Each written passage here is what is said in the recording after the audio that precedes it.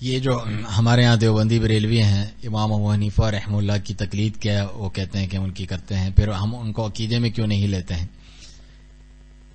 ایک تو مجھے ایک ان کا کوئی پڑھا پڑھایا جاہل ملا تھا، وہ یہ کہنے لگا کہ امام ابو حنیفہ رحمہ اللہ کا بھی عقیدہ وہی تھا جو ابو الحسن اشعری یا ماتریدی کا ہے، تو پھر عقیدے میں الگ سے کیوں نہیں ذکر کرتے ابو حنیفہ کا؟ کہا کہ وہ زیادہ مشہور نہیں ہوئے عقیدے میں، ان کے دور میں عقیدے کی بحث نہیں چلتی تھی، فقہی مسائل تھے تو وہ اس میں مشہور ہو گئے، عقیدہ بھی ان کا یہی تھا، اور ان کے دور میں جو ہے اشعری ماتریدی کے دور میں عقیدے کی بحث چلتی تھی، علم الکلام، تو وہ زیادہ مشہور ہے، ورنہ عقیدہ ایک تھا، یہ جھوٹ ہے۔ امام حنیفہ کی کتابیں جو ان کے بارے میں ذکر کی جاتی ہیں، فقہ اکبر اور دوسری چیزیں، ملا علی قاری وغیرہ کی شرح بھی ہے اس میں سب لکھا ہوا ہے، ان کے عقیدے کے مطابق تمہارے عقیدے نہیں ہیں، تمہیں یہ تکلیف ہے، تم نے صوفیوں سے، گمراہوں سے، علم الکلام والوں سے بعد میں جمرہ عقیدے سیکھیں۔ امام ابو حنیفہ رحمہ اللہ جس طرح عقیدہ طحاویہ،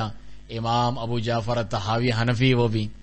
وہ شروع میں ذکر کرتے ہیں کہ یہ عقیدہ ہے امام اہل سنت اور فقی امام ابو حنیفہ نعمان بن ثابت کا اور ابو الحسن الشیبانی کا اور جو ہے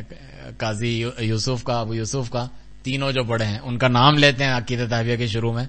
پھر وہ ذکر کرتے ہیں اللہ تعالیٰ کے اسماء و صفات کے بارے میں یہی والی بات ایمان، اور جو ہے امام حنیفہ رحمہ اللہ سے نقل کرتے ہیں کہ جو شخص جو ہے اللہ تعالیٰ کو عرش پہ نہیں مانتا ہے مستوی تو وہ کافر ہے، اور جو شخص اپنی جان بچانے کے لیے بچنا چاہے اور کہے کہ صحیح ہے میں مانتا ہوں اللہ تعالیٰ عرش پہ ہے لیکن مجھے نہیں پتا عرش کہاں ہے، یعنی دوسری چالاکی کرنا چاہے جس کا یہاں پر ذکر ہوا کہ الٹ پھیر کرنا چاہے الفاظ کی، تو وہ بھی کافر ہے۔ سب کو پتا ہے کہ آسمان جو ہے وہ عرش جو ہے اللہ تعالیٰ کا بلندی ساتوں آسمان سے اوپر ہے، اور اللہ تعالیٰ جو اوپر نہیں مانتا اس کو وہ کافر قرار دیتے ہیں۔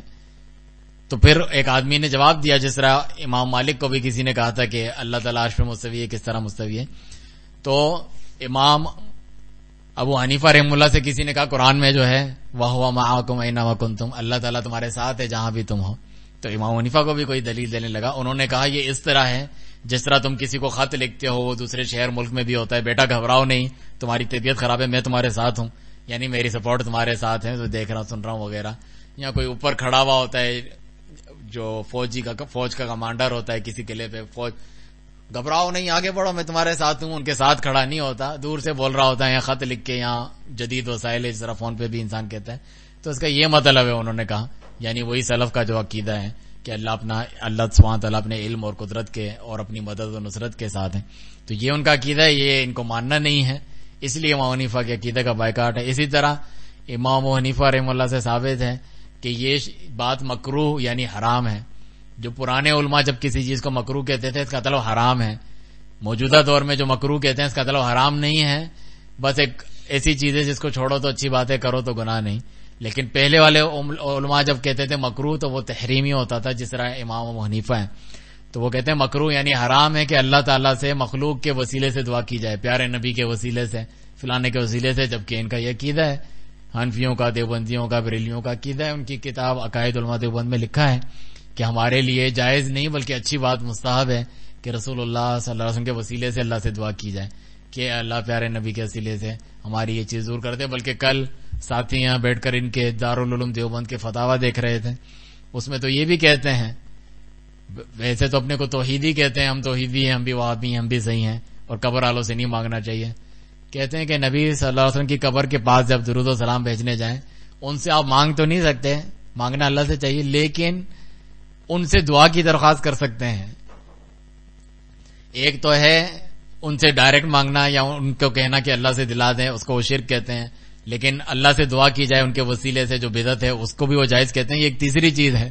کہ ان سے دعا کے لیے آپ کہہ سکتے ہیں، اس قسم کی باتیں بھی پھیلائی ہوئی ہیں۔ ہم جب یہ پچھلے دنوں کراچی میں تھے، پچھلے سال جب ایکسپو سینٹر میں ہم نے اپنے یہ بکس کی بک فیئر میں لگائی تھی اپنی کتابیں، برطانیہ سے کچھ تبلیغی لوگ آئے ہوئے تھے اور وہ جانتے تھے سلفی لوگ ہیں، سلفی اپلیکیشن ہے، یہ فلانا ہے، تو یہی بحث کر رہا تھا، دیکھو ہم بھی کہتے ہیں صرف دعا کے لیے درخواست کر سکتے ہیں ان سے، یہ تو کوئی چیز تو نہیں مانگ رہے ہم ان سے۔ میں نے کہا دعا اتنی عظیم چیز ہے، یعنی اتنا بڑا فائدہ آپ کو پہنچا رہے ہیں، مرنے کے بعد نفع نقصان نہیں پہنچا سکتے، نفع نقصان صرف یہی تو نہیں ہے کسی کو اولاد دلوا دی، کسی کو نوکری دلوا دی، برطانیہ کا تمہیں ریٹرن ٹکٹ دلوا دیا، یہاں فائدہ یہ بھی ہے کہ انسان نے دعا کر لی آپ کی، وہ دعا اتنی زبردست چیز ہے جس سے آپ کی مشکلیں حل ہو جائیں. یہ تو بہت بڑا فائدہ ہے, مرنے کے بعد بھی فائدہ پہنچا رہے ہیں. وہ تو مرنے کے بعد نفع نقصان کے مالک ہوئے نا. وہ صحابہ کرام کا تو یہ عقیدہ نہیں ہے. یہ بھی بہترین مثالیں لوگ کہتے ہیں نا, ہمیں نہیں پتا کون سا فرقہ حق میں ہے, سب کتاب سنت سب صحابہ کے گن گاتے رہتے ہیں. آپ دیکھیں نا صحابہ کرام جو ہیں, صحیح بخاری کی حدیث ہے, ابھی رسول اللہ صلی اللہ علیہ وسلم نے فرمایا کہ خلفائے راشدین کی سنت پہ چلو. تو خلفائے راشدین میں سب سے مشہور امیر المومنین عمر بن خطاب رضی اللہ عنہ دور میں بارش نہیں ہو رہی تھی, تو آپ نے قبر میں جا کے درخواست نہیں کی, نہ دور سے کہا کہ اے نبی ہمارے لیے دعا کریں, بلکہ ایسا نہیں کہ ان کو معلوم نہیں تھا یا بھول گئے, انہوں نے یہ ریفرنس بھی دیا اللہ تعالیٰ کو دعا میں, حوالہ دیا کہ ہم یہ کرتے تھے جب آپ صلی اللہ علیہ وسلم زندہ تھے, تو ہم یہ کرتے تھے. اور حدیث میں ہے کہ کرتے تھے, جب خطبہ دے رہے ہوتے تھے کہتے بارش نہیں ہو رہی ہے, آپ بارش کی دعا کرتے بارش ہو جاتی. تو یہ کرتے تھے, اب وہ نہیں ہے ہمارے پاس, تو اب ہم یہ نہیں کر سکتے ہیں. اگر یہ عقیدہ ہوتا ان سے دعا کی درخواست کرتے ہیں, مانگ سکتے ہیں, وہ یہ کرتے. تو کہا اب ہم یہ نہیں کر سکتے ہیں, اسی لیے ہم ان کے چاچا عباس رضی اللہ عنہ کو لائے ہیں جو زندہ ہے اور زندہ دعا کر سکتا ہے. تو وہ دعا کرتے تھے, پھر بارش ہو جاتی تھی. اور جو آپ دیکھیں جو بارش کی دعا ہوتی ہے نماز استسقاء, وہ ایک بندہ تو نہیں پڑھتا, یہ تو پورا شہر مدینہ جمع ہوتا ہے اس کے لیے دعا, جو بارش کی دعا کے لیے. شہر سے باہر یہ سنت طریقہ ہے, شہر سے باہر, مدینہ تو چھوٹا سا تھا, ادھر سب لوگ جمع ہوتے ہیں پورے شہر کے لوگ, یہ سنت طریقہ ہے دعا استسقاء کا, نماز استسقاء کا. تو سارے جماعتیں, کسی نے بھی اعتراض نہیں کیا, نہیں عبداللہ بن عمر نے نہیں کہا, فلاں نے نہیں کہا. حالانکہ عمر بن خطاب جب کوئی ایسا کام کر رہے ہوتے تھے جو حدیث ثابت نہیں ہوتی یا اس کے خلاف ہوتا, تو صحابہ کہتے تھے, جس طرح عمار بن یاسر نے کہا کہ جو ہے تیمم کر سکتے ہیں, جس کو پر غسل واجب ہو, پانی نہیں ہو تو تیمم کر سکتے ہیں. اور آپ کو حدیث بتائی, مخالفت کی. عمر بن خطاب کی بعض لوگ مخالفت کرتے تھے بعض چیزوں میں, اور ان کو بتاتے تھے حدیث, وہ مان لیتے تھے. تو کسی نے مخالفت نہیں کی. اس کا کیا مطلب, یعنی سارے صحابہ کا عقیدہ تھا میری امت گمراہی پہ جمع نہیں ہو سکتی ہے, خصوصاً صحابہ کرام جو ہدایت پر ہیں, جن کے طریقے پر چلنا ہے. تو یہ کیوں نہیں اپناتے, یہی وجہ ہے کہ ان کو بدعقیدگی اپنانی ہے, شرک بدعت میں رہنا ہے. باقی امام حنیفہ کی بات کرنے سے وہ پھنس جائیں گے. ان کا عقیدہ وہی ہے جو ائمہ اربعہ کا ہے, جو سلفیوں اہل حدیثوں کا عقیدہ ہے. اور جو علم الکلام والے ہیں اشعری ماتریدی, وہ ان کے مزاج کے مطابق ہے, ان کے صوفیت اور فلانے کے مطابق ہے, تو پھر وہ اس کو لیتے ہیں, اس لیے ان کا بائیکاٹ کرتے ہیں, اس چیز میں چھوڑ دیتے ہیں. تو حقیقی طور پہ ائمہ اربعہ کا احترام کرنے والے, ان سے محبت کرنے والے, ان کی کتابیں پڑھنے والے, ابھی آپ نے دیکھا ہم نے ائمہ اربعہ کا ذکر کیا, ان کے عقیدے کو ماننے والے, ان کے اعمال وغیرہ علم سے فائدہ اٹھانے والے اہل حدیث لوگ ہیں, اہل سنہ والجماعت سلفی لوگ ہیں. یہ لوگ نام کے دعوے دار ہیں, ان کے بھی گستاخ ہیں, ان کے بھی نافرمان ہیں. انہوں نے کہا کہ ہماری بات کو چھوڑ دو, جس کا کہ یہ لوگ نہیں کرتے ہیں اس طرح. تو یہ بس صرف نام کے جو ہیں حنفی وغیرہ, حنفی یا کوئی شافعی گمراہ وغیرہ کہلاتے ہیں, ان کا ان سے کوئی تعلق نہیں ہے. انشاءاللہ کافی ہے اس کا جواب.